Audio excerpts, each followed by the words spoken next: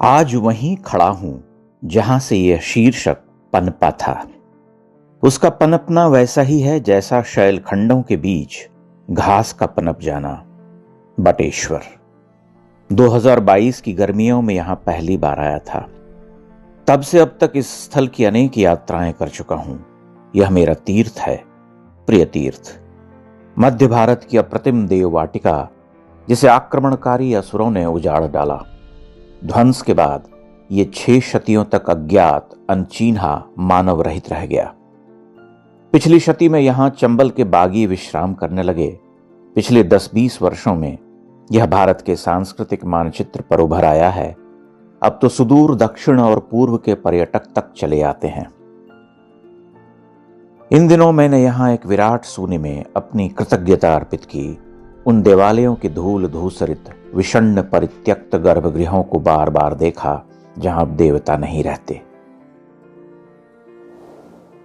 मैंने 1.5 वर्ष पूर्व अनुभव किया था बटेश्वर एक संभावना है। तब मैंने देखा था पीछे विंध्याचल की उपत्यकाओं के पास एक खंडित देवालय का उद्धार आरंभ हुआ था। आज वह पूर्ण रूप को पा चुका है। सुधा मूर्ति फाउंडेशन का धन्यवाद कहना होगा, वही इसके उद्धारक हैं। किंतु हर्ष उससे भी बड़ा है। बड़ा है कि इस विशाल परिसर के अन्य देवालयों का पुनरुद्धार कार्यक्रम चल रहा। आज इस परिसर में कार्यरत मजदूरों से मैंने देर तक बातचीत की। वे मुझसे हिल मिल गए। मैंने उन्हें बटेश्वर की महिमा सुनाई। वे प्रसन्न थे कि मध्य भारत के सबसे बड़े हरिसदन परिसर के जीर्णोद्धार का कार्य उन्हें सौंपा गया है। मुरैना के रहने वाले मजदूर मुझसे 15-20 मिनट तक बात करते रहे। जाते हुए उन्होंने मुझे प्रणाम किया। मैंने उनके हाथ थामे, अभिवादन कर आगे चला। बटेश्वर की इस देव वाटिका में पहली बार आने के बाद मुझे यह अनुभूति हुई थी कि यहां देवता प्रतीक्षारत हैं। एक अकथनीय पीड़ा है उनमें। जनगण की बाट जोह रहे। फिर तो चंबल और बुंदेलखंड के एक बड़े से भूभाग के सैकड़ों देवालयों को देखकर यही विचार मन में आया कि इन सभी विराट देवस्थलों में देवता पथरा गए हैं। धूल धूसरित शिवलिंग, खंडित प्रतिमाओं का ढेर, लस्तम पस्त प्रस्तर खंड, औंधे मुंह पड़े हुए ललाट बिंब, लुढ़के हुए आमलक, विदीर्ण वक्ष के साथ देवियां, तोड़े गए शुंडों के साथ गणपति। कोई गिनती करने निकले तो हार मान ले। ग्वालियर, झांसी, शिवपुरी, पाली, महोबा ये देवालय बिखरे हुए हैं। कई स्थलों पर तो चिन्ह मात्र रह गया है। जैसे देवगढ़ के पास चांदपुर और जहाजपुर के मंदिर, ऐसे कितने ही स्थल हैं।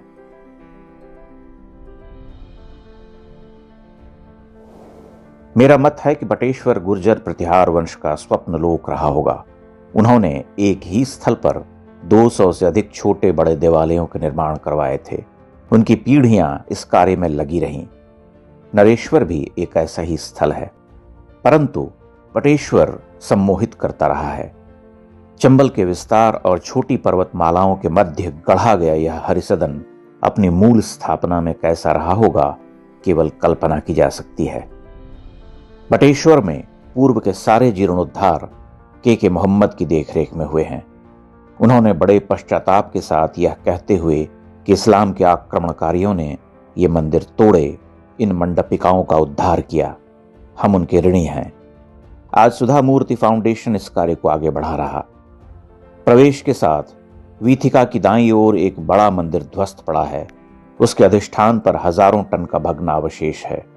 जीर्णोद्धार दुष्कर होगा, लेकिन हमें आशा है कि एक दिन वह भी पुरुष की तरह अपना शीश उठाए खड़ा होगा। आने वाले 5-7 वर्षों में बटेश्वर की काया बदल जाएगी।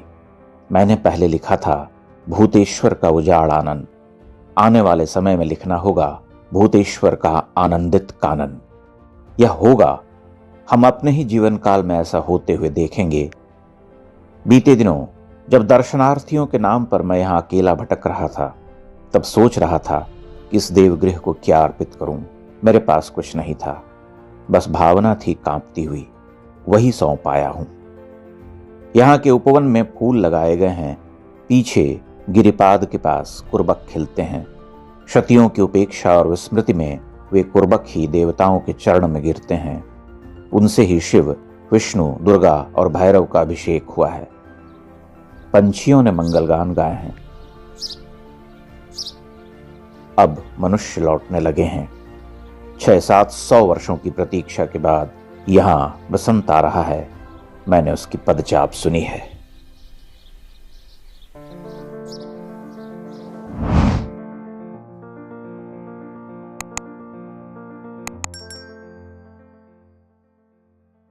इंडेक्स ऑनलाइन के वीडियो समाज को समर्पित हैं। आप इनको डाउनलोड करके जैसे चाहे वैसे प्रयोग कर सकते हैं। चाहे तो आप हमारे टेलीग्राम चैनल से जुड़ सकते हैं। वहां सारे नए पुराने वीडियो आपको मिल जाएंगे। हमारे सोशल मीडिया लिंक हर वीडियो के डिस्क्रिप्शन में होते हैं। हमारा एकमात्र उद्देश्य हिंदू समाज को जागृत और एकजुट करना है। इसमें सहभागी बने। धन्यवाद।